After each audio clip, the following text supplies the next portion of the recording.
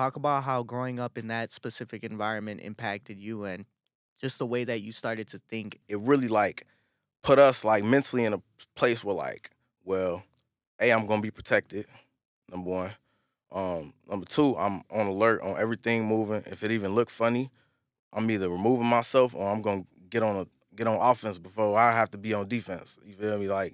Um, like I said, and it got you like that's why it'd be so hard for people to have just like regular hospitality and speak to people because we always like, damn, we don't know what his intentions might be. You know what I'm saying? So like growing up in that, and then like people start playing with guns at such an early age, it's like, damn, like oh shoot, I don't want to be over here. Like I don't want to be over here. Like it might go down right here.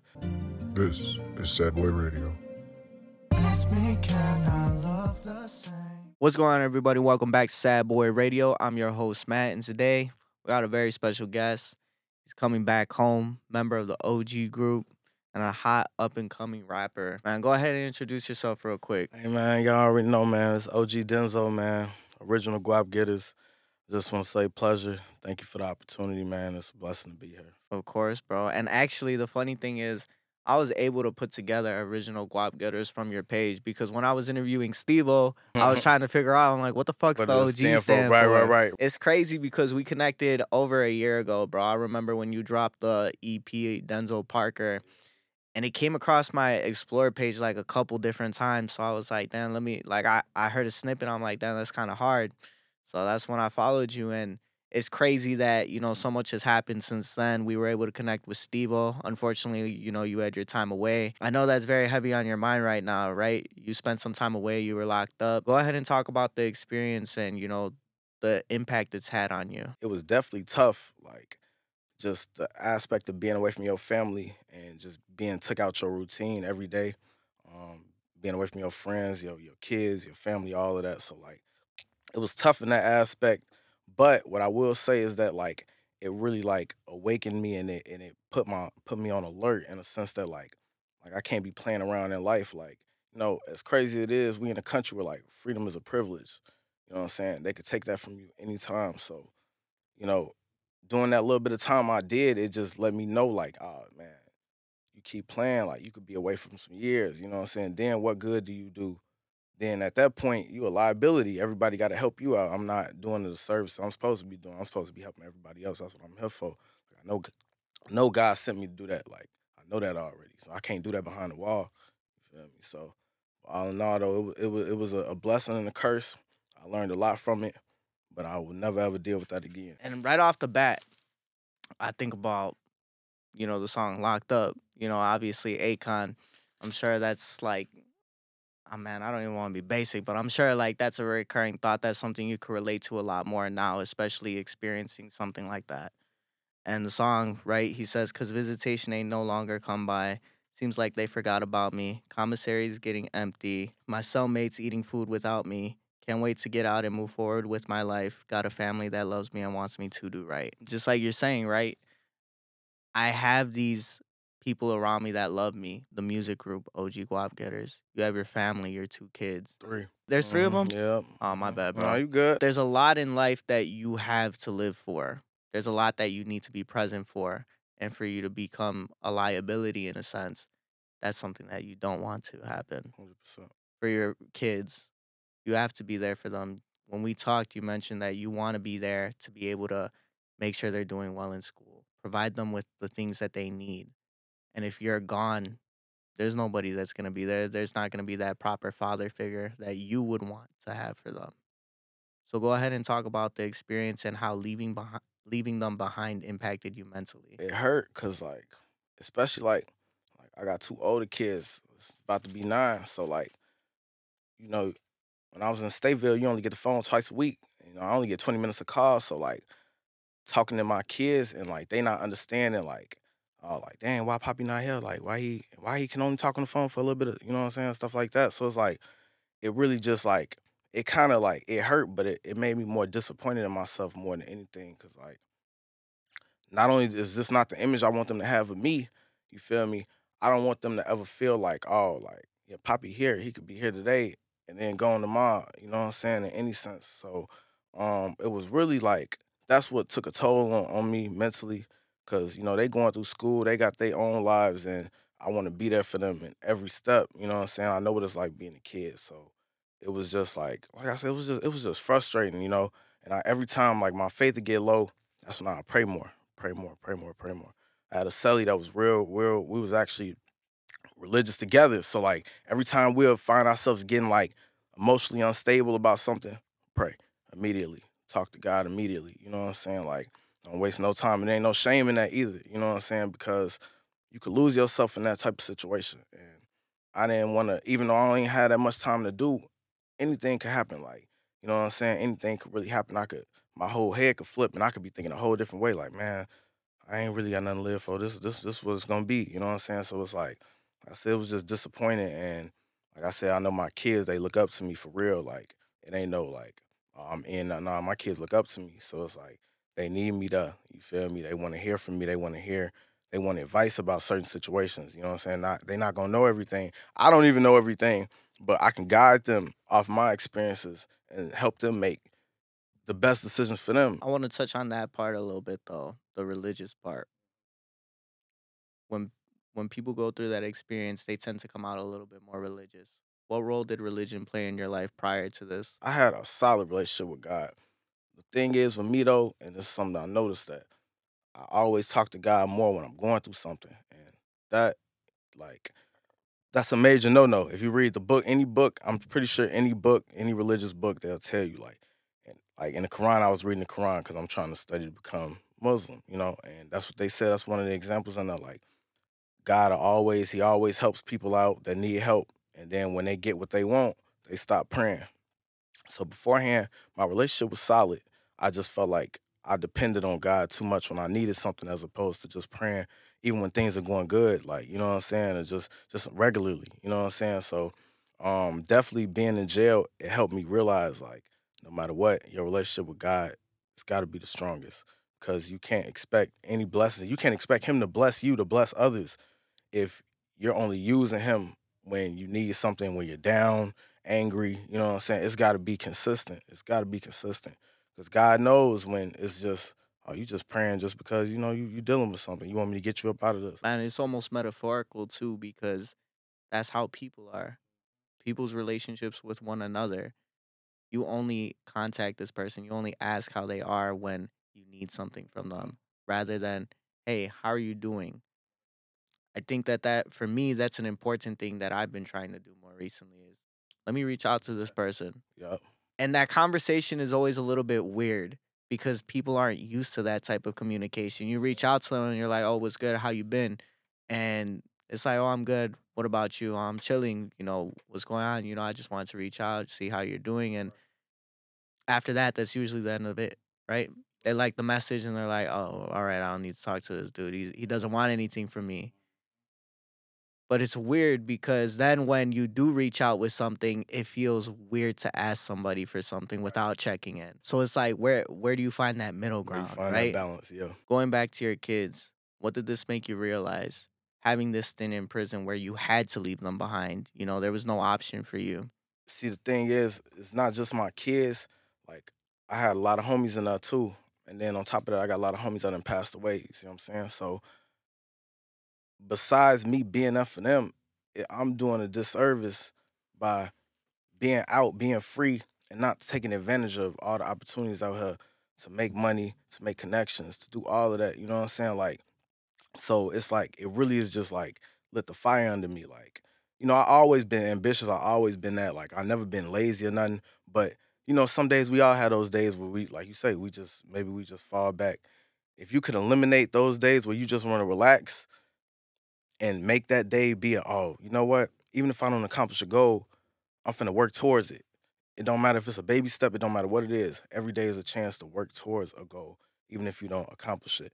As long as you're going in the right direction, then you're building good habits. You see what I'm saying? Like that's really what it come down to. So it's like it's just letting me know like I can't waste a day. Like I can't waste a day. I done already gave them too much time. Sometimes my kids calling me, telling me about situations in school, and I can't come up to the school and deal with it for them. Like that hurt. You know what I'm saying? And then like I said, I got homies that's locked up still, and they got kids, and I've been right next to them talking to they while they was on the phone with their kids. One of my celly, old celly, son on the phone, like, man, Poppy, when you coming home? Or Dad, when you come? I'm saying, Poppy, my kids coming back. Dad, when you coming home? Dad, when you coming home? He telling them my outdate 2025. You know what I'm saying? Like, whole time I'm getting out in a couple months. So it's like, damn, like you can't be playing with life out here, man. You gotta be really working to get somewhere. You don't want to look up 5 years down the line and damn, I could have did this, could have did that. Like, And even talking about that, there were a lot of opportunities you left on the table. You had to leave behind music altogether. And just like I said, you're one of the hottest up and coming rappers in Chicago. There was a time where you were featured on iHeartRadio. So to go from that to a different point in your life where it's not the most productive, you're leaving a lot of money on the table as well as opportunities to create for networking, to just build relationships and build your name, build your brand. How did leaving these opportunities on the table impact you mentally? it humbled me. It humbled me, in a sense that, like I said, like this can all be gone tomorrow. You know what I'm saying? The crazy part is, like, I ain't even really made it for real. Like, we ain't even really made it for real. We still, the trajectory is there, but we ain't made it for real. But at the end of the day, we got to be humble enough to know, like, even the position that we at, it's some people that want to be in our position. You know what I'm saying? So it's like, it's a humbling sense, like, oh yeah, like, you know what I'm saying? Like, you can't be playing, like, you gotta work hard. You gotta work hard. Cause there's somebody out there that wants your spot. And if they get in that position, they will exceed, they'll excel. You know what I'm saying? So it's like, you can't be, like you say, leaving opportunities on the table. I missed 3 months of shows, 3 months of videos, 3 months of putting out music, features, whatever, studio sessions, you name it. You know what I'm saying? That's time. You don't get time back. It don't matter what, whatever. That's the only thing you can't get back. That's why it's so valuable, because you can't get it back for real. Look up, whole year go by, you, damn, I ain't even did nothing this year. Like, damn, what I accomplished this year? So then what role did music play for you while being locked up? I'm sure for you, you had a lot of time to write. You had a lot of time to kind of figure out where you want to go with it. In the beginning, I couldn't write. Like, my head was just all over the place. Like, first of all, you go to jail, bro, you cellied up with somebody you don't even know. You don't even know this guy. Like, you know what I'm saying? Like, thank God, like, I end up having a real celly. We end up getting over close. Like we got a real bond. You know what I'm saying? Shout out my boy Five, man. You be home soon. I just want to say, like I couldn't write when I my first 3 4 weeks in there. Like, I barely could eat on bro. Like, I'm finna be focused on writing. Like, I couldn't write. When I started getting a hold of a routine of what I was gonna do throughout the day, like, I know I'm in this little cell, I can't leave, but I'm gonna work out. I'm gonna pray. You feel me? I might do some stretching, do some meditating. You feel me? Then I got to the place mentally where I could write music again. Cause like them first 2 3 weeks, I couldn't write no music. Like, I couldn't write no music. Like, don't get me wrong. Like, it's therapy for me, and I could make music at any point, but I didn't want to. Like, I wanted to get my mental right. Cause my celly was hot. I'm hot. He missed his family. I miss my family. You know what I'm saying? It was times we almost got into it. You know what I'm saying? We ended up patching it up. You feel me? But at the end of the day, it was like, I couldn't, like, music. I really couldn't focus on it like that until I got to that place mentally. I'm like, all right, I know I'm gonna be good. Like, them first 3 4 weeks, I was on edge. I was on edge, bro. And I couldn't even call nobody. That's the thing. Like, when you in Stateville, like when you in the county, you can call all day, every day. When you get to Stateville, you gotta send in a phone list. Wait for your phone list to get through. It take 3 weeks for your phone list to get through. You gotta get a PIN number. You feel me? If your PIN number ain't on, you ain't making no calls. Like, you ain't gonna make no calls. It's not gonna go through. So I couldn't talk to my family for the first month, almost like 6 weeks. Everybody trying to figure out, like, is he good? You feel me? I can't talk to nobody. You know what I'm saying? Because it ain't the county. Everybody used to be calling him in the county every day. Da-da-da. It wasn't that. You know what I'm saying? So I couldn't really write no music. It didn't get to the point until my celly really started getting on that with me. He was like, man, you ain't no rapper, bro. Like, I'm telling you to spit something right now, spit something. But I wasn't trying. I'm like, man, get out. I ain't trying to hear that stuff. But he owned that with me. He like, man, what's somebody walking this building right now? Tell you to spit. You ain't gonna spit. All right, now you playing with me. Now you trying to pull my card on, bro. So I get to rapping. You going crazy? You going hard? You know what I'm saying? Then I start getting that mental with, like, all right, okay, cool. I'm gonna start writing a little bit by little. Then next thing I know, now I'm writing songs again. Then it's, you feel me? So I ain't gonna lie, music, it played a role, but it wasn't as big as I thought it was. So then what do you feel like your relationship with music is then now? Because for you, before you go in there, music is probably the biggest thing in your life. Aside from your family, music Yeah. is the next biggest thing. This is my life. This is what I love. This is what I would eat, breathe, and die for. And now you're in a place where you can focus on that 100%, but it's still not your main goal. What do you feel like the importance of music is to you now? Therapy, therapy. I grew up. Everybody that know me for real, I grew up. I grew up playing basketball. That was like, I love playing basketball. You feel me? When I stopped hooping, it's like, damn, I ain't really got nothing to do to really like start pick up the mic. Okay, like I'm liking how I sound. And I said, oh damn, I could talk about what I'm going through and make a song out of it. Oh, it's lit. We in the studio then, bro. So now it's like therapy.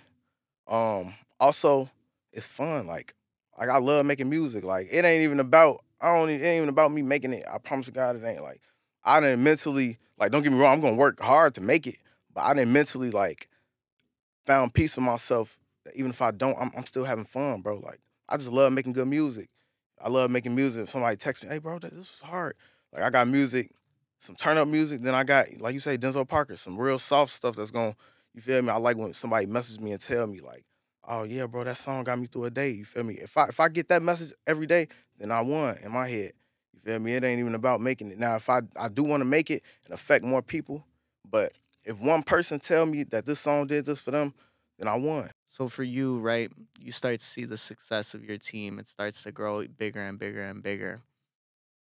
Especially with Stevo. Stevo did a lot in those 3 months that you were gone. Man, shit, even me and him connected in those 3 months. I had so many people telling me, yo, get OG Stevo, get OG Stevo. You know, he signed the deal with No More Heroes that they have the partnership now.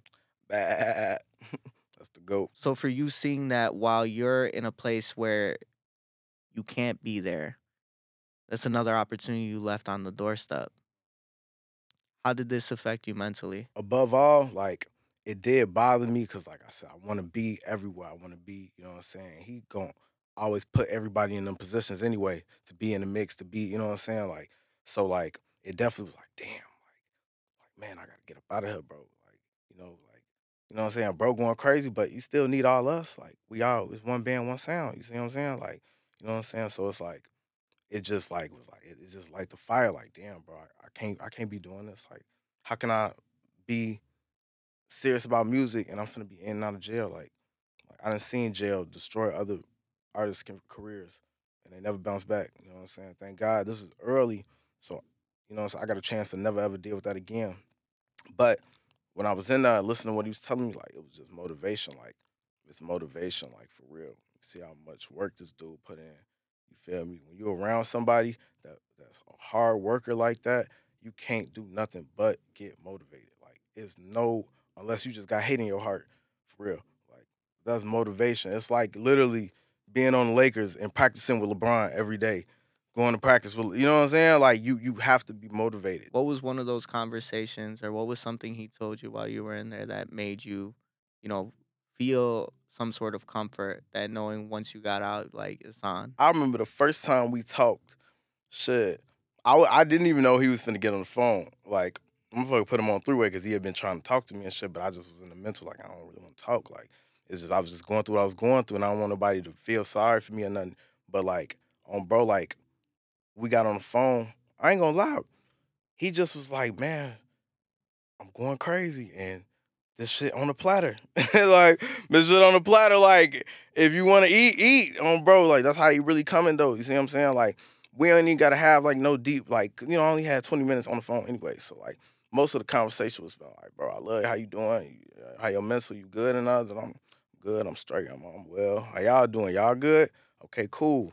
And I'm like, man, he's like, I know your whole ass been writing. Yeah, I've been writing on, bro. I've been writing on, bro. I was like, I got some shit.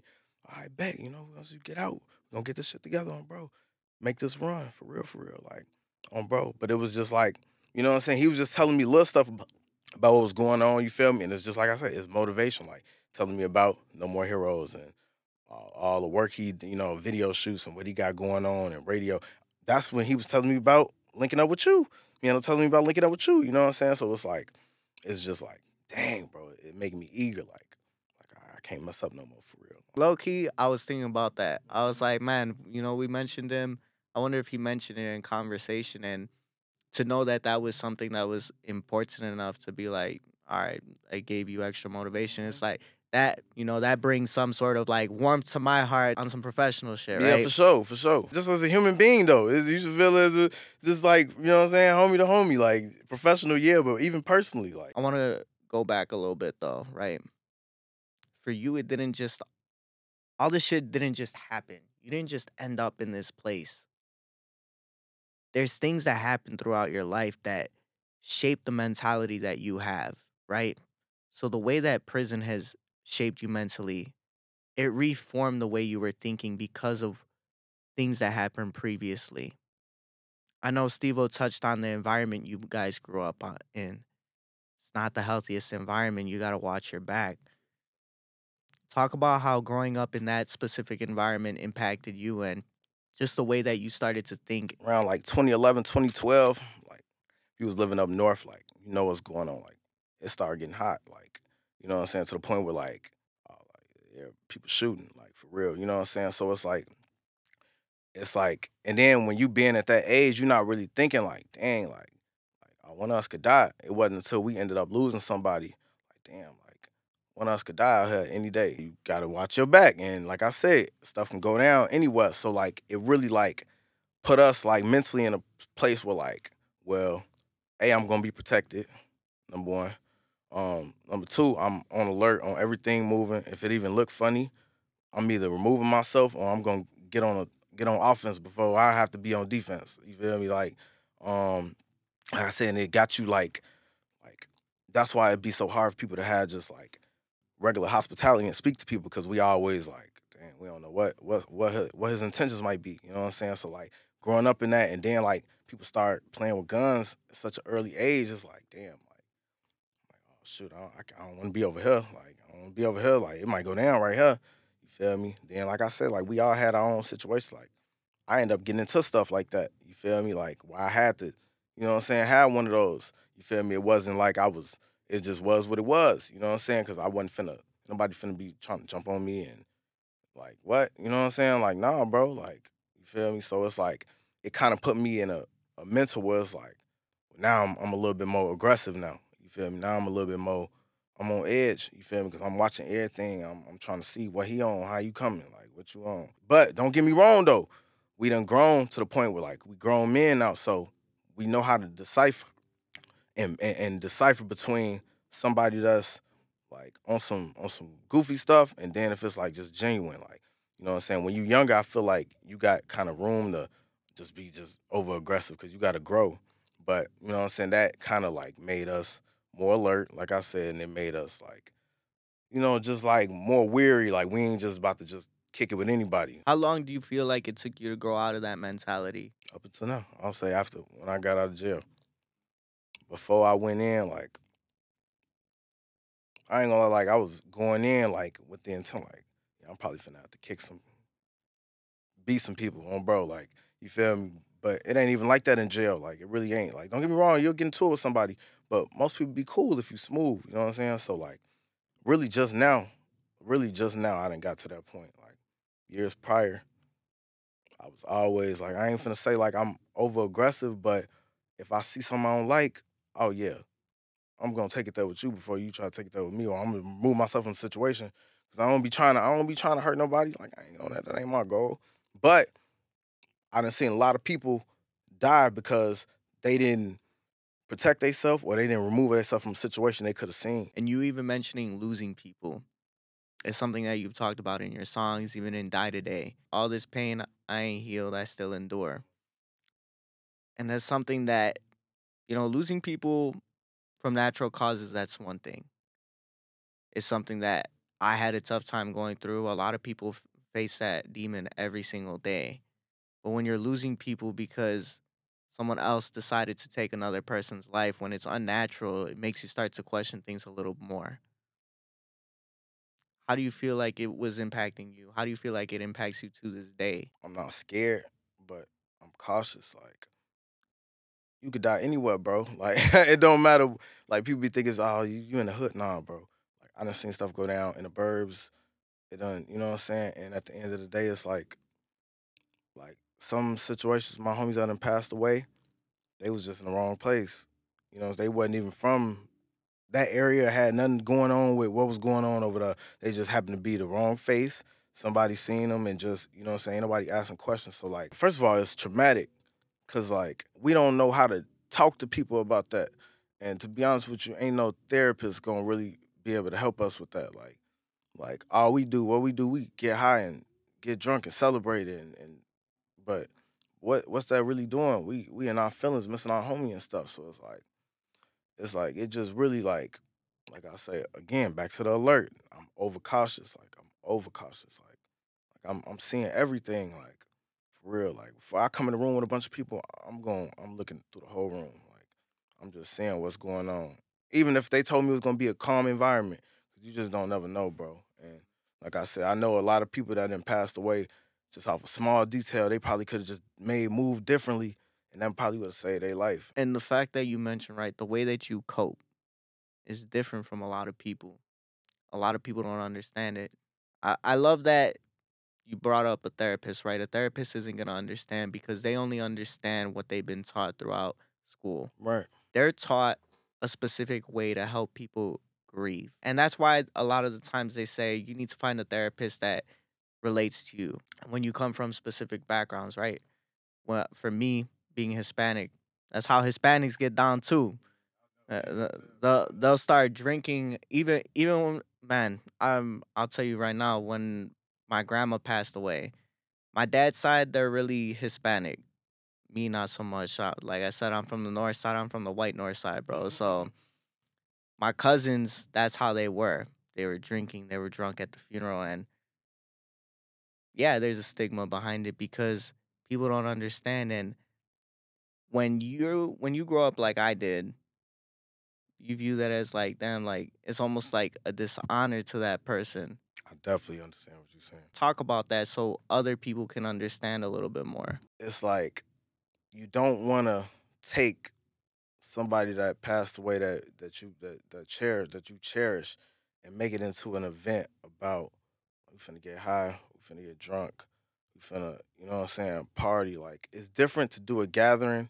See, like a lot of people don't do stuff right. Like, what if we did a gathering where we all spoke a memory, go around the room, and you know what I'm saying? People don't think it's all about like getting drunk, getting high, getting turned, you know what I'm saying? And like that ain't like the answer for real. Like I don't want to say that because like everybody cope differently. Everybody got their own situation. But I'm just saying, me personally, like I just feel like it's a better way to do stuff, and it's a time and a place. Like not saying you can't get, maybe you could drink a little, but to get, you gonna be like, you know what I'm saying, where you off balance and people gotta pick you up and you so high you just falling asleep and nodding up. Like you know what I'm saying? That ain't the way to like really celebrate somebody. Like you supposed to do that when you get to a certain level. You supposed to do that with like class.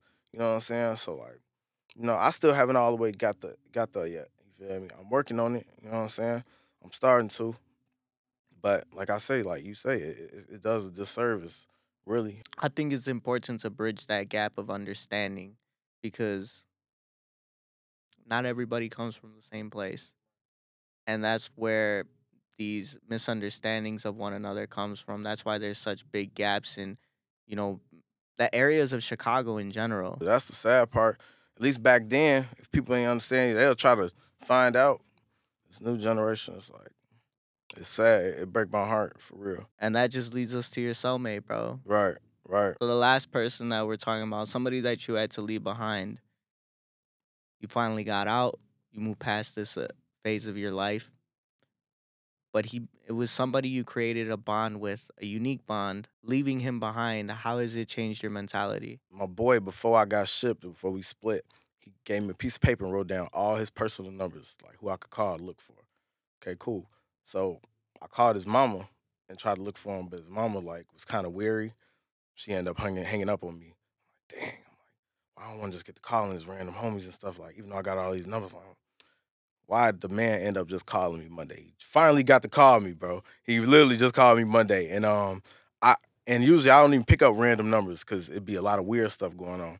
But I picked up that morning, and I was like, "Yo, this Denzo." Somebody was like, "Yo, this Denzo," but it wasn't him though. He's like, "Hold on, I got somebody on the phone." Da, da. And he come, "Hey, Denzo, it's Five, my boy." Well, what's up, bro? Like, how you know what I'm saying? Like, you know what I'm saying? And I'm just checking in with him because I hadn't talked to him in two months. It's been 2 months already. Yeah, bro. But it just come down to, like I say, like my boy called me, and it just, like I said, it made me appreciate like the fact that I'm in the position I am now, and I know if he was out here, he'd be standing on business and getting to it. So like, it's a disservice to him. All the stuff we talked about, I was finna do. If I get out here and just get to being lazy, just spending my days drinking, drugging, like, you feel me? It's like I ain't learned nothing. I might as well be back in there. So then how has this changed the way that you move? Point A, point B. When I say that, I always got a destination. No more just hanging out. Like bro said, we can't just be outside just doing anything. Like, oh bro, that's dead. We outside is for a purpose. We getting some work done. Music, video shoots, photo shoots, whatever it is. My But boy just quoted the $1 million, you know that. the million view reel. Yep, you heard that. You heard me. Move with a purpose. You feel me? Every day, like I say, even if you don't accomplish a goal, bro, if you take a baby step forward, that is, you're on the right trajectory to accomplish it, and that means you did not waste a day, bro. But to sit in the house all day and just be eating cookies, playing video games, and like, nah, bro, that ain't it. Unless you're getting paid. If you're getting paid, the game game away. I ain't gonna lie. But every day you should be working towards something. Every day. If it's like cleaning your house, clean your car, do something. Get up and do something. It's gonna make you feel good about yourself. You feel me? Like, damn, I got that done today. Okay, cool. I can chill. This has been a lifelong process of reshaping your mentality. Although it took this specific incident to become who you are, the person you were before, those qualities still live within you, but now you've repurposed them. So then who does Denzo want to be now? I want to be a person that gives lessons. Like, I know Chicago is treacherous, and I know like it's a lot of stuff that can't be changed. But if you got a chance out here, bro, go to school, bro. Like, there's a lot of stuff the older heads ain't finna tell you. Go to school, bro. Go get an education, bro. Like, all that outside selling drugs and being on the corner and being seen every day, you ain't doing nothing but putting yourself at risk to go to jail or risk to get shot. You feel me? At the end of the day, when you go to jail, 9 times out of 10, all the people you was with, they ain't gonna be with you like that. People stop picking up the phones.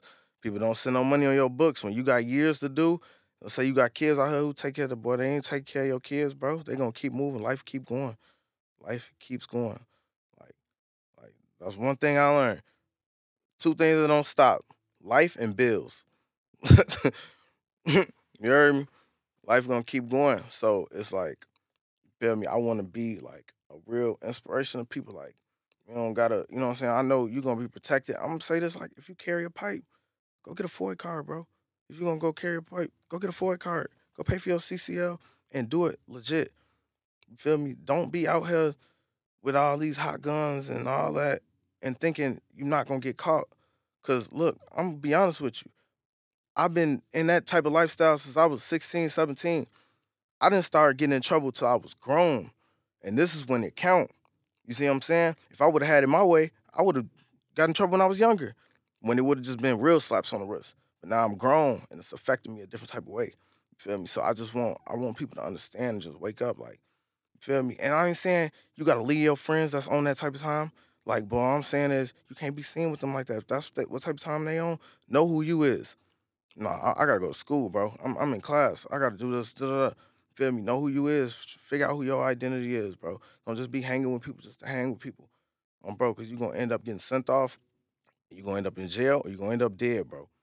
And 9 times out of 10, a lot of people don't got money for your funeral. What is your identity then? I'm a person that really wanna like see the next person win. It don't even just gotta be music. If you got a brand, I'm promoted. Do hair, I'm promoted. But if you got a goddamn a rock throwing business, I'm promoted. If you a damn bucket boy, motherfucking out south somewhere, goddamn it, I'm promoted. You know what I'm saying? Like, I just want to be somebody that help people. You feel me? Cause like it ain't a lot of people that's genuine like that. I appreciate your energy. I appreciate you coming through and talking about this topic. I know it's something that not a lot of people are open to discuss, and you coming through and telling your story, I feel that's so important, and just being a positive role model and influence to the younger people, making sure they don't make the same mistakes. That's going to be all for today, guys. Make sure you go ahead, like, comment, and subscribe. Make sure you go ahead, stream OG Denzo. Sad Boys for real. Peace out.